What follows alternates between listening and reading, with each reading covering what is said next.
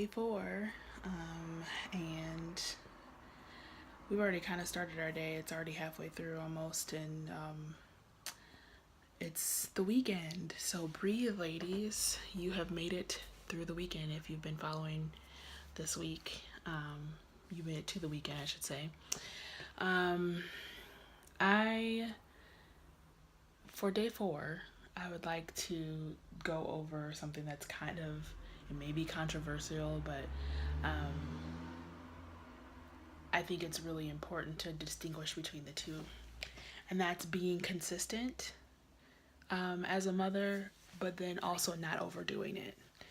And being consistent can be, you know, waking up at the same time every day, putting the kids down at the same time for nap time every day, bedtime every day. Those are consistent things. I'm talking about a little bit more deeper than that. I'm talking about more consistency with, well, how about this? I'm gonna give you an example.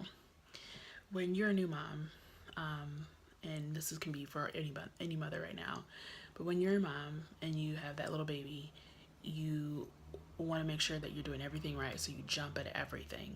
You jump when they cry. You jump when they're throwing up, or when they have a wet diaper. It's like that wet diaper doesn't stay on longer, or poopy diaper I should say, because sometimes you don't know when they're wet, but that poopy diaper doesn't stay on long enough. Then as soon as it hits the diaper, you're like, oh, he poopied, yay, let me go change the baby, so you're always like on all the time.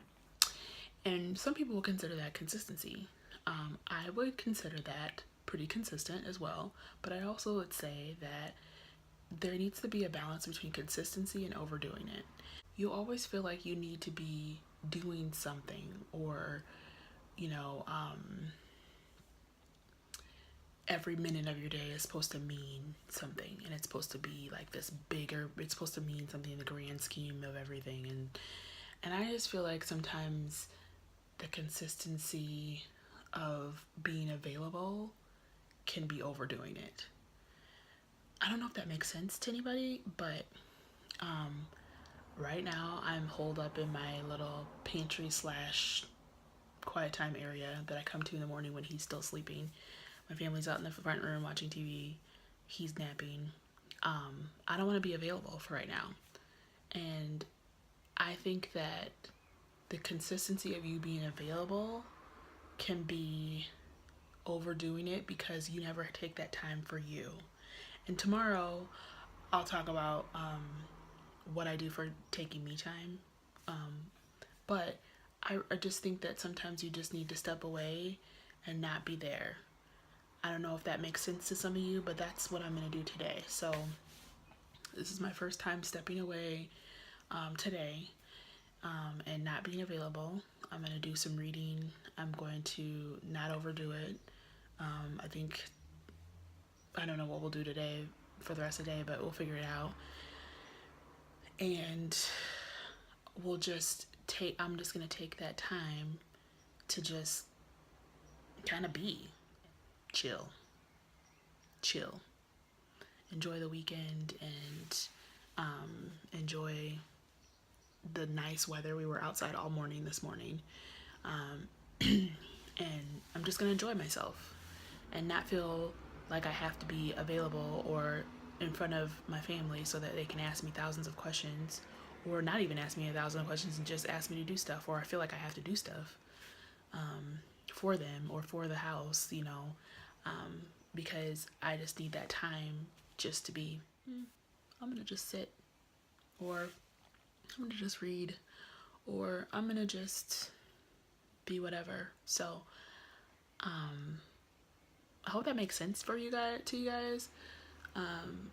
But I'm not saying, I don't know if it's controversial or not, but I'm not saying don't be around for your family, don't be there for your kids.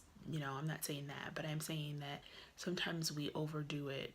And then I found like I'm hovering my kids and not letting them experience what they need to experience. And that's because I've been so used to being there and just being consistently there all the time, and it can drive you crazy. It can drive you crazy. Just a little tidbit, but I'm gonna share a mom win for today because we already had one. My mom win for today was we played outside when we woke up this morning. Most of the morning, probably for a couple hours, we were outside. And then my son started to get fussy, and he was like not really too fussy, but he was like ready for a nap. So I went upstairs to his room and I nursed him a little bit, and he started to get sleepy, and I put him in his crib, and guess what? He's asleep, and it took me less than 20 minutes. And when I came back downstairs, my husband was like, that was quick. I'm like, yep. And just keep it moving. So mom win. Lord help us. Have a great weekend, and see you tomorrow for day 5.